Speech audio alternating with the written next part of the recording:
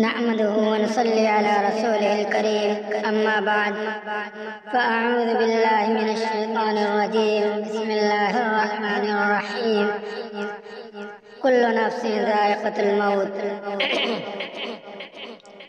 وقال النبي صلى الله عليه وسلم أكثروا ذكر هذه من لذات الموت۔ موت ایک حقیقت ہے۔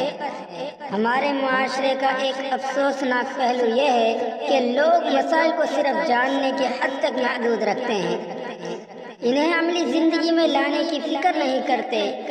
کس کو نہیں معلوم کہ رشوت لینا دینا حرام ہے مگر لے دے رہے ہیں؟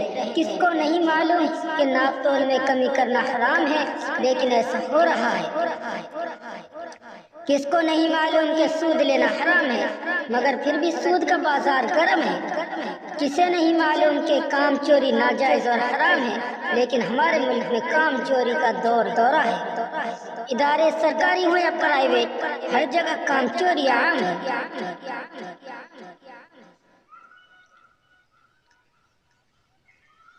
مسائل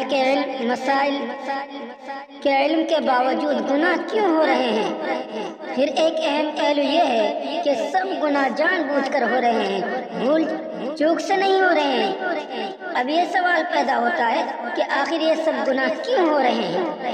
اس کا جواب یہ ہے کہ ہم سب آخرت کو بھول گئے ہیں، اپنی قبر کو فراموش کر بیٹھے ہیں۔ وہ قبر جو ہماری انتظار اور طاقت میں ہے اسے بھول چکے ہیں۔ قبر کی پکار روایات سے معلوم ہوتا ہے کہ ہر آدمی کی قبر کی جگہ پہلے سے مقرر ہے۔ اللہ رب العزت نے تقدیر میں اسے لکھ دیا ہے۔ اللہ رب العزت کے علاوہ کسی اور کو معلوم نہیں کہ فلاں انسان کہاں مرے گا اور کہاں دفن ہوگا۔ حتیٰ کہ اپنے بارے میں بھی کسی کو یہ معلوم نہیں کہ اسے کہاں موت آئے گی اور کہاں کی مٹی اس کی قبر بنے گی۔ لیکن قبر کو معلوم ہے کہ میرے پاس کون آئے گا۔ امام غزالی رحمۃ اللہ علیہ احیاء العلوم میں نقل کرتے ہیں کہ قبر کی جگہ اپنے اندر آنے والے کو آواز دیتی رہتی ہے کہ اے فلاں، میں تاریکیوں اور اندھیروں کا گھر ہوں، میں تیرے انتظار میں ہوں۔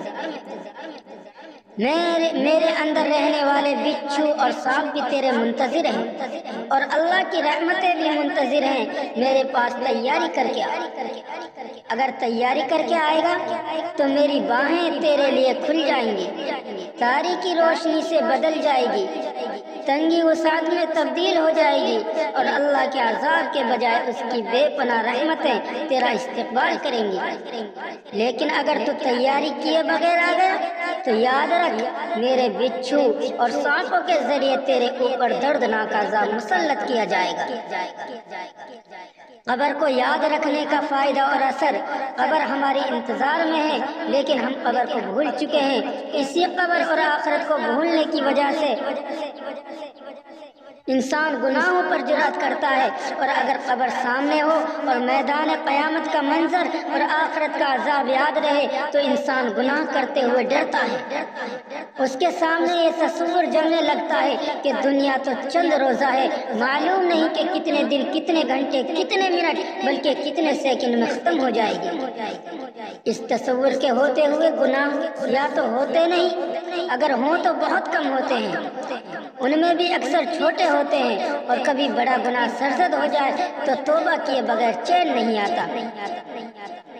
ایسے آدمی سے دوسروں پر ظلم اور سختی نہیں ہوتی، کیونکہ ظلم کرنے سے پہلے اسے اپنے قبر یاد آ جاتی ہے، آخرت کا منظر آنکھوں کے سامنے گھومنے لگتا ہے اور یہ خیال آ جاتا ہے کہ اگر ذرہ برابر بھی ظلم کیا تو قیامت کے روز اس کا حساب چکانا پڑے گا۔ اللہ رب العزت کا ارشاد ہے، فَمَن يَعْمَلْ مِثْقَالَ ذَرَّةٍ خَيْرًا يَرَهُ وَمَن يَعْمَلْ مِثْقَالَ ذَرَّةٍ شَرًّا يَرَهُ۔ جس نے ذرہ برابر بھی نیکی کی وہ اسے دیکھ لے گا، اور جس نے ذرہ برابر بھی برائی کی وہ اسے دیکھ لے گا۔ اور جسے اپنی قبر یاد نہ رہے، موت یاد نہ رہے، میدان حساب کا تصور ماند پڑ جائے، پل صراط سے گزرنے کا منظر یاد نہ رہے، وہ گناہ پہ گناہ کرتا جاتا ہے اور مسلسل گناہوں کی طرف بڑھتا جاتا ہے، توبہ کی توفیق بھی نہیں ہوتی، یہاں تک کہ اچانک ملک الموت، موت کا فرشتہ آ کر پکڑ لیتا ہے۔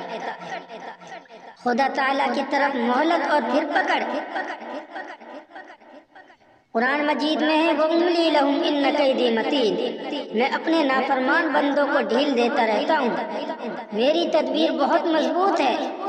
جب آدمی نافرمانی میں حد سے بڑھنے لگتا ہے تو بعض مرتبہ اسے ڈھیل دی جاتی ہے، دیکھنے میں تو اس کے مال و اسباب میں اضافہ ہوتا ہے، عہدے بھی ملتے رہتے ہیں، ظاہری عزت بھی ملتی رہتی ہے، ان چیزوں کی وجہ سے وہ گناہوں میں اور مست ہو جاتا ہے، حالانکہ یہ اللہ تعالیٰ کی طرف سے ڈھیل ہوتی ہے، اور یہ ڈھیل اس لیے دی جاتی ہے کہ ان سب گناہوں کے بدلے ایک ہی مرتبہ پکڑ لیا جائے، اور اللہ کی پکڑ ایسی سخت ہے کہ اسے کوئی توڑ نہیں سکتا۔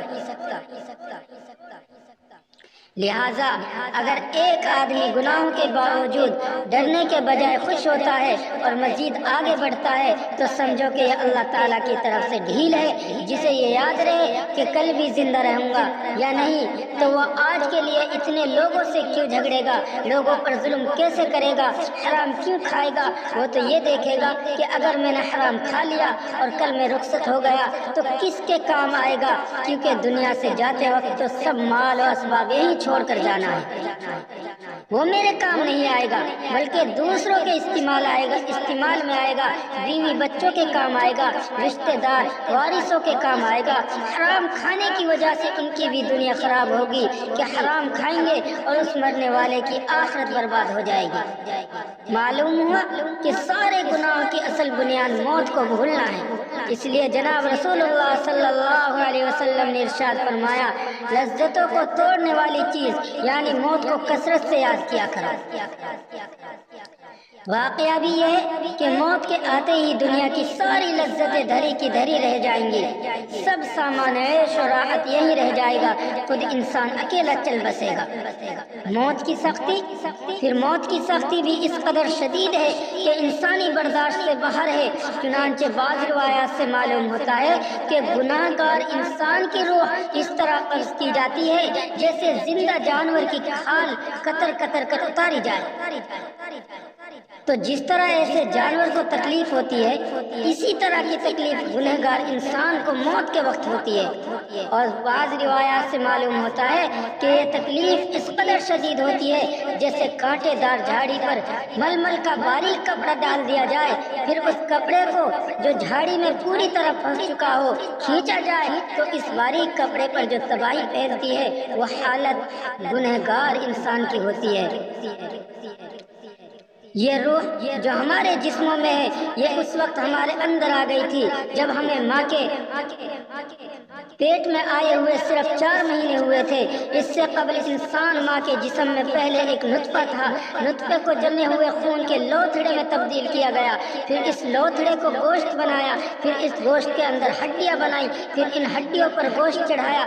جب یہ جسم پورا بن گیا اور یہ ساری کارروائی 4 مہینے میں ہوئی تو پھر اس میں روح ڈال دی گئی۔ قرآن حکیم نے یہ ساری تفصیل اس طرح بیان کی ہے، ثم خلقنا النطفة علقة فخلقنا العلقة مضغة فخلقنا المضغة عظاما فكسونا العظام لحما ثم انشأناه خلقا آخر، پھر بنایا اس بوند سے جمع ہوا لہو، پھر بنائی اس جمے ہوئے لہو سے گوشت کی بوٹی، پھر بنائی اس بوٹی سے ہڈیاں، پھر پہنایا ان ہڈیوں پر گوشت، پھر کھڑا کیا اس کو ایک نئی صورت میں۔ خلقا آخر سے مراد روح ڈالنا ہے۔ گویا اس سے پہلے صرف مادہ کے اندر کارروائی ہو رہی تھی، اب اس مادے میں روح بھی پڑ چکی ہے۔ روح آنے کے بعد اس سے زندگی کے افعال سرزد ہونے لگتے ہیں، چنانچہ اب بچہ سانس بھی لیتا ہے، ماں کی غذا کے ساتھ غذا بھی کھاتا ہے، ماں کے پینے کے ساتھ پانی بھی پیتا ہے۔ یہ ساری کارروائی 3 پردوں کے اندر ہو رہی ہیں۔ پھر 5 ماہ تک مزید ماں کے پیٹ کے اندر رہنے کے بعد وہ باہر کی دنیا میں آتا ہے۔ ادھر وہ باہر آیا، ادھر ماں کی چھاتیوں میں دودھ آ گیا۔ اس سے پہلے ماں کی چھاتیوں میں دودھ نہیں تھا، کیونکہ اس سے پہلے اسے ماں کی چھاتی کے دودھ کی ضرورت نہ تھی۔ اب جو ہی یہ باہر پہنچا تو اس کی غذا کا مسئلہ پیدا ہوا تو رب کریم نے اس کی ماں کی چھاتیوں کو دودھ سے بھر دیا۔ یہ اللہ تعالیٰ کی شان ہے۔ مرنے کے بعد انسان لاش بن گیا۔ جب آدمی مر جاتا ہے تو اس کا جسم ایک ڈھانچے کی طرح رہ جاتا ہے۔ موت کے بعد اگرچہ اس کے جسم کے کسی عضو میں بال برابر بھی کمی نہیں آئی، ذرہ برابر وزن کم نہیں ہوا، لیکن وہ انسان نہیں رہا، لاش بن گیا۔ یہ آدمی نہیں رہا، مردہ بن گیا۔ اس کی ملکیت میں جو مال و دولت اور جائیداد تھی وہ سب اس کی ملکیت سے نکل گئی۔ دنیا کے تمام قوانین یہی کہتے ہیں کہ اب اس کی ملکیت میں کچھ بھی باقی نہیں رہا۔ جو کچھ کمایا تھا اب وہ اس کا نہیں رہا، دستخط تو وہ کر ہی نہیں سکتا۔ موت کی سختی سے پناہ مانگنے کی تلقین تو وہ روح جو ایک عرصہ تک ہمارے جسموں کے اندر رہتی ہے، جسم کی رگ رگ میں سمائی ہوتی ہے، ریشے ریشے میں پیوست ہوتی ہے، جب یہ جدا ہوتی ہے تو تکلیف بہت ہوتی ہے۔ اس لیے اس تکلیف سے پناہ مانگنے کی تعلیم دی گئی ہے۔ رسول اللہ صلی اللہ علیہ وسلم اپنی مرض الموت میں یہ دعا فرماتے تھے، اللہم انی اعوذ بک من غمرات الموت و سکرات الموت۔ اے اللہ، میں موت کی سختیوں اور تکلیفوں سے پناہ مانگتا ہوں۔ یہاں جو بھی آیا جانے کے لیے آیا، یہ سارا منظر ہم میں سے ہر ایک کے ساتھ پیش آنے والا ہے۔ جب یہ منظر انسان کی نظروں میں سے اوجھل ہو جاتا ہے تو آدمی شیطان بن جاتا ہے، چنگیز خان بن جاتا ہے، درندہ بن جاتا ہے، بچھو اور سانپ بن جاتا ہے، انسانیت کے جامے سے نکل جاتا ہے۔ اور اگر یہ منظر سامنے رہے تو وہ اسے یہ سبق دیتا رہتا ہے کہ اس عارضی زندگی کی خاطر آخرت کی دائمی زندگی کو برباد نہ کرو۔ اصل زندگی تو موت کے بعد شروع ہونے والی ہے۔ یہاں پر تم چند دنوں کے لیے آئے ہو۔ یہاں جو بھی آیا ہے جانے کے لیے آیا ہے، رہنے کے لیے نہیں آیا۔ اگر موت سے کوئی مستثنی کیا جاتا تو انبیاء کرام اس دنیا سے رخصت نہ ہوتے۔ سید المرسلین امام الانبیاء علیہ السلام اس دنیا سے تشریف نہ لے جاتے، لیکن موت نے نہ کسی بادشاہ کو چھوڑا اور نہ کسی فقیر کو، نہ کسی نبی کو، نہ کسی ولی کو چھوڑا اور نہ کسی عام انسان کو، نہ کسی پہلوان کو چھوڑا، نہ کسی کمزور کو۔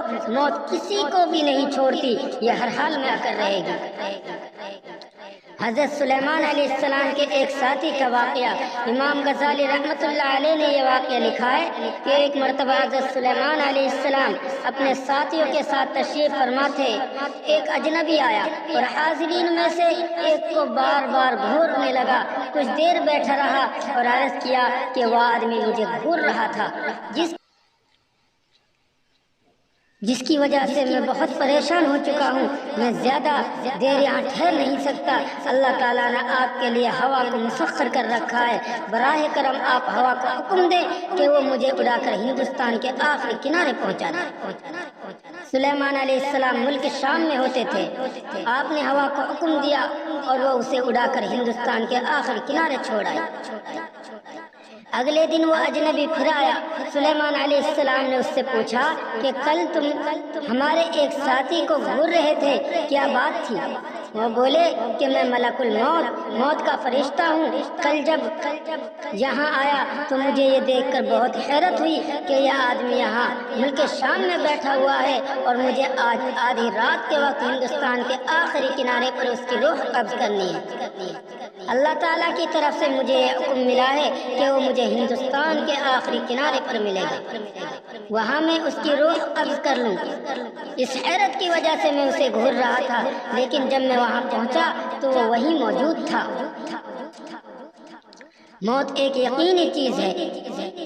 موت کا وقت تو بہرحال مقرر اور طے شدہ ہے، اور اس طے شدہ وقت میں ایک سیکنڈ کے ہزارویں حصے کے بقدر تاخیر نہیں ہو سکتی اور جلدی بھی نہیں ہو سکتی، اور یہ اتنی یقینی چیز ہے کہ دنیا کے کسی مذہب کو اس سے اختلاف نہیں، کسی فلسفے اور سائنس کو اس سے انکار نہیں، اور کوئی بھی آدمی اس کا منکر نہیں، لیکن اس سب کے باوجود اکثر لوگ اسے بھولے ہوئے ہیں۔ اپنے پیاروں کو کندھا دیتے ہیں لیکن یہ بھول جاتے ہیں کہ ایک روز انہیں بھی کندھا دیا جائے گا۔ کتنوں کی نماز جنازہ میں شریک ہوتے ہیں لیکن یہ تصور جاگز ہی نہیں ہوتا